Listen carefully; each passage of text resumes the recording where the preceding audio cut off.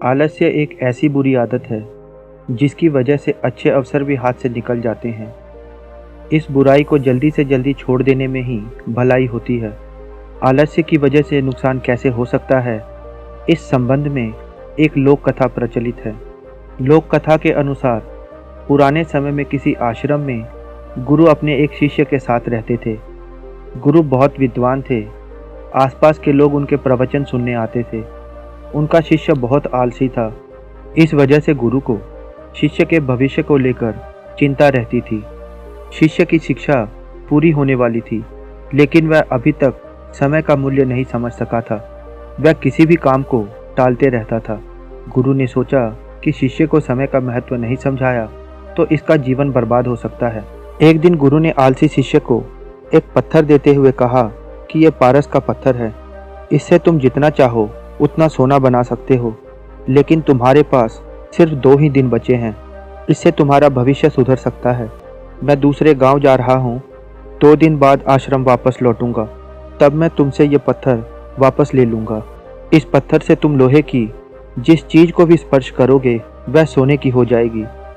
चमत्कारी पत्थर देकर संत आश्रम से निकल गए। आलसी शिष्य बहुत खुश हुआ। उसने सोचा कि मैं इस पत्थर से इतना सोना बना लूँगा कि मेरा पूरा जीवन ऐश और आराम के साथ व्यतीत हो जाएगा। उसने विचार किया कि अभी तो मेरे पास 2 दिन हैं। एक दिन आराम कर लेता हूँ, अगले दिन सोना बना लूँगा। ये सोचकर वह सो गया। पूरा दिन और पूरी रात सोने के बाद जब वह उठा तो उसने योजना बनाई कि आज बहुत सारा लोहा लेकर आना है और उससे सोना बनाना है। आश्रम से बाहर जाने से पहले वह खाना खाने बैठ गया। पेट भरकर खाना खाया तो उसे नींद आने लगी। अब वह सोचने लगा कि कुछ देर सो लेता हूँ। सोना बनाने का काम तो बहुत छोटा है, शाम को कर लूँगा। लेटते ही उसे नींद आ गई। वह गहरी नींद में था। उसे मालूम भी चला और सूर्यास्त हो गया। दिन खत्म होते ही गुरु आश्रम में लौट आए। गुरु ने शिष्य से वह पत्थर वापस ले लिया।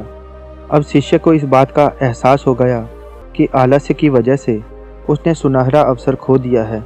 शिष्य ने गुरु के सामने संकल्प लिया कि अब से वह कभी भी समय को बर्बाद नहीं करेगा और आलस्य को त्याग देगा। इसके बाद शिष्य का जीवन बदल चुका था।